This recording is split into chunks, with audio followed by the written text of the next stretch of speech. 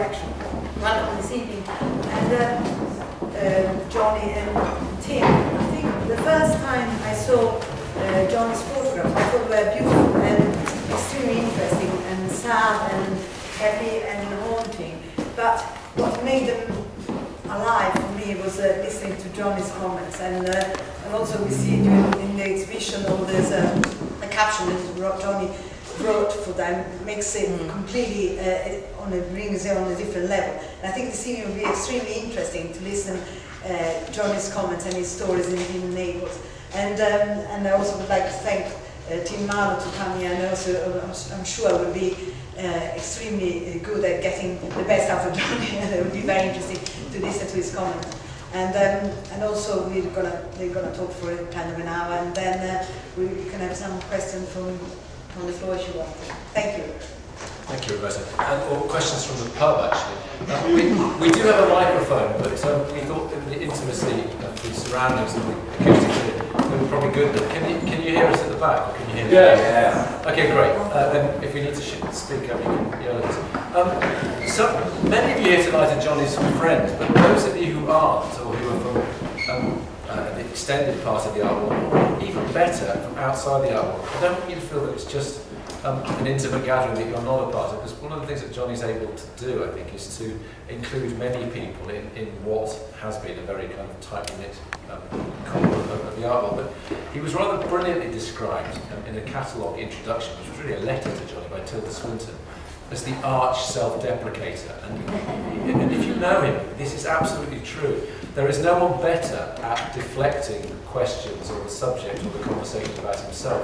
He's incredibly generous-spirited, but rather nicely elusive too. But what is wonderful about tonight is that I have this opportunity on behalf of you all, and feel free to weigh in as and when you want to give him, not a public grilling, but to give him the platform to talk about what he does. He's terrified that I'm simply going to try and elicit dirty stories out of him. This won't need any eliciting at all. They may crop up, but obviously this is a serious institution, and this is a very serious conversation about process and theory. So, Johnnie, without further ado, let's not start at the beginning of your career. I might bring that bits of that later. Let's start with Naples. You know, we're in Siren City. We're in an exhibition of beautiful photographs, moving photographs, humorous photographs, all sorts of photographs of Naples. And this is a project that began, I think, in 2000.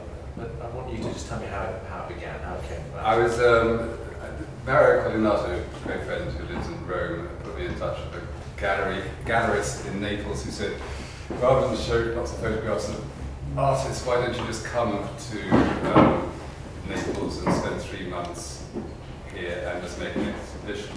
And it was just one of those fortuitous moments when I wanted to get out of London. I had nothing planned and I could just go. And I just pitched up with a suitcase, and in this weird, I must say, when you arrive in Naples, you have this, the name is so evocative, you kind of think it's going to be this incredibly romantic, see Naples and die, and this recovery. But actually when you arrive, it's a complete dump. And I kind of sort of thought, what am I doing here? And spent time, became fascinated by it. And then very slowly just fell in love with it. And it took time. I almost in a way, I didn't realise I'd fallen in love with it until I'd gone back to England. And then I just realised how much I missed it. So it's 3 months to fall in love, and you came back to England, and then when you returned, you realised it was your kind of city. Yes, it was just a fantastically fortuitous thing whereby for the next 10 years I could just think, oh, I must go and do some more work in Naples. A long weekend. And because of the way I work, I don't plan anything, so you could go there and you could walk the streets for a week and not see a single image, and other times you could go there and there was every time you turn the corner there was something extraordinary. It is odd, because I have been to Naples before. I went there and met you there, or saw you there, I think it was at Damien Hirst show at the Archaeological Museum, but it does strike me as, at the time, it seemed to be a perfect city. It seemed to be a city for you, I mean, and it seems not because it's a dome, but because it has that kind of, I don't know, edginess, but we might come on to that. But it seemed to be the kind of city that I felt that you had been there for decades, and it surprised me greatly to find that you'd only become interested in 2000. Now, thinking about the work that you've done prior to that, which is very intimate. I mean, there were many of the people that you photographed were friends of yours, but whether they were or weren't, you had an amazingly intimate access. When you go to Naples as the outsider, as essentially not speaking much Italian and never seeing it, how much is it a quest for you to become intimate with the city? How intimate do you think you become with the city, or is it totally different? I think you can try and understand the essence of the city, which is immensely complex, but you certainly don't have the intimacy with your subjects. And I think one of the reasons I wanted to go, the Naples project happened was when I started taking photographs very late in my life. I was using a cinematic camera. I had access. I was photographing my friends, but pictures were, I had no technical skill whatsoever, and I had no understanding of the kind of mechanics of photography. And I think I had to prove to myself that I could go to somewhere where I didn't have access and I would absolutely go completely manual. So it was kind of very old-fashioned concept of learning your craft in a way in a venue where you have no access whatsoever. So again, I'm not going to keep quoting Tilda at you all night, but when she said that Naples was the stone on which you cut your blade, she was referring to you learning something of the process and technique. I suppose, yeah. And so did you see, I mean, on one level we see it as a journey of photographic discovery, but did you see it as, in a sense, a counterbalance to, or a counterpoint to, the intimate portrait photographs you've been making at the London Art Hall? It's a counterbalance, but there are themes that run through. There's a sort of madness and decadence in Naples, which was running through some of the early years of, the early artist pictures, I think. And I just love it.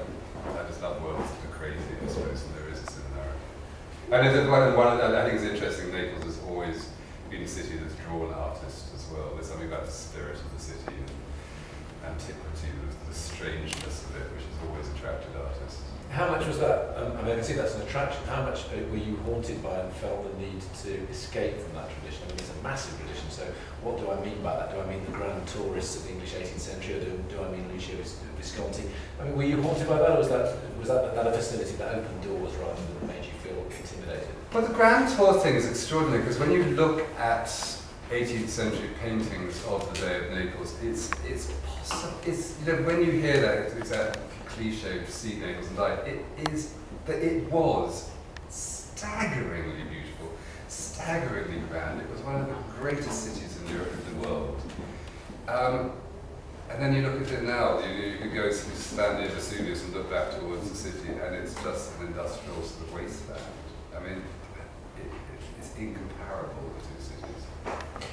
Well, this is a very odd way in, but one of the things that seems to have been a cliche and has irritated many people, me included, about the coverage recently of South Africa, the World Cup, is the media's obsession with the kind of danger and the crime of South Africa, and always going into the townships, always doing these patronising pieces. That notwithstanding, Naples has a kind of mythology as a dangerous place. How threatened did you feel? How close did you get to that? I never ever felt threatened, ever, not on a single occasion. But it is interesting. Neapolitan friends of mine get very sort of irritated by my romanticism when I talk about living under the shadow of a volcano. But I still truly believe that when at any given moment that explosion might eradicate you, it gives people a sense that there's no point thinking about tomorrow, live for today, because there might not be a tomorrow. And also rip people off, poison the landscape, pour junk and chemicals into the sea, because you might not be around tomorrow, so it doesn't matter. One thing I find very frustrating about Naples is the concept of the quick buck. They have no concept of the long-term investment, because what's the point of a long-term investment? You might not wake up, there might not be another day. So it's a pragmatic, not a cynical city, or its cynicism is pragmatic? Yes. Yes, it is pragmatic. It's like that extraordinary graveyard, the 366 graveyard, which is a Bourbon 18th century graveyard, and basically there were so many people dying, they had nowhere to put the bodies. So Fuga, this Neapolitan architect, was asked to come up with a concept how to deal with all these cadavers. And so there's this courtyard which still exists, which is in the kind of strange part of the city. I only discovered it a year ago, where you go to this courtyard and there's 366 plugs of stone, each one numbered, and 366 referring to leap year. And on the 1st of January, the plug would be done, and there would be a shaft, and everybody who died, who was homeless and penniless, who died on that day, would be dumped into that shaft. The plug would be put back. 2nd of January, number 2 would be opened up. And then January the 1st wouldn't be opened up until the plug wouldn't be opened up until January the following year, by which time the corpses had gone to that, and we got rid of 1.8 million bodies doing that. And that's, for a city famous for how anarchic and chaotic and romantic, that there's a sort of pragmatism in how to deal with cannibals, which is kind of extraordinary. How did you, and that's a specific example, we can talk specifically about how you discovered that. Broadly, how did you approach Naples as a project? Because just with the caveat, I remember wanting to be cavity at the restaurant and saying, I'd imagine you also have a camera with you. You don't have one. And he mentioned I do, and then found out in his pocket there was his camera. But I know you don't always go with the camera. So is there something systematic to a certain extent about your research? Then you'll go with your camera. No, I was writing about that today. I find when you go into the British Museum, you just see all those crowds of people who walk. Don't look those people walk around.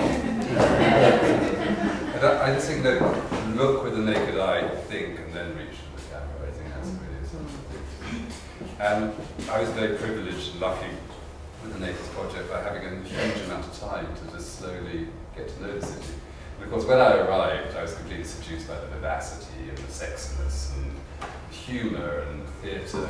And it's only by spending time there that you realise that that's a sort of veneer, and actually the essence of the city is something much darker, much more melancholic, and rather devoid of hope. Did you have a strong idea about what you were looking for? No, not to begin with. And when did you, are there a series of images or a particular image where you thought, I have begun to get beneath the surface or the skin of this city? I suppose sort of really towards the end when the images get simpler and simpler. And I have a great belief. I find it very difficult to take photographs of London because it's so familiar and I got too many distractions. I think part of the process of photography, this kind of photography, is going somewhere and displacing yourself and getting a bit lonely and getting a bit melancholic, and your eye gets sharper, I think. And you do have to go off by yourself to do that, I think. Otherwise, you start repeating, becoming mad. It is interesting that, it's very difficult to explain why I can see these are your photographs, and it's difficult also to explain, because I lack eloquence, to be able to, in this respect. No, it's not disingenuous, but I lack eloquence to be able to describe why these photographs are clearly the same eye, the same creative being made the portraits in London. But there are many reasons why I'm sure this is the case. But they are, again, as I say, intimate, and you've described some of the portraits you've taken of the London novel as kind of self-portraits. And I'm very curious to know whether you see these in any way self-portrait. Very much so. It's, the picture you take entirely depends on the mood you're in, and if you're elated, the picture is going to be completely different from the picture when you're feeling a bit down. Okay, but let me be literal. I mean, I can see why a hotel room with ruffled sheets with a beautiful view out of Capri has a kind of essential element of self-portraiture. That's kind of there. But why a photograph of a goalpost drawn by some boys on the side of a church who are playing football? Why that's a self-portrait in any sense, I would need more explanation. I mean, I'm being literal, that seems very detached, it's a great observation. It does have an intimacy still, and they seem incredibly natural. Just explain the difference. Well, I don't know, in that case, I don't think that one is a self-portrait. But there's a nice story about that, because I spotted that building and I wanted to take a picture of it being very pure and architectural. These bloody kids were there. And I was like, get out of the way! And they wouldn't go, and then they started shouting at me, go away, die, die, die. And I suddenly realised, yeah, they're an integral part of that picture. But I don't see that.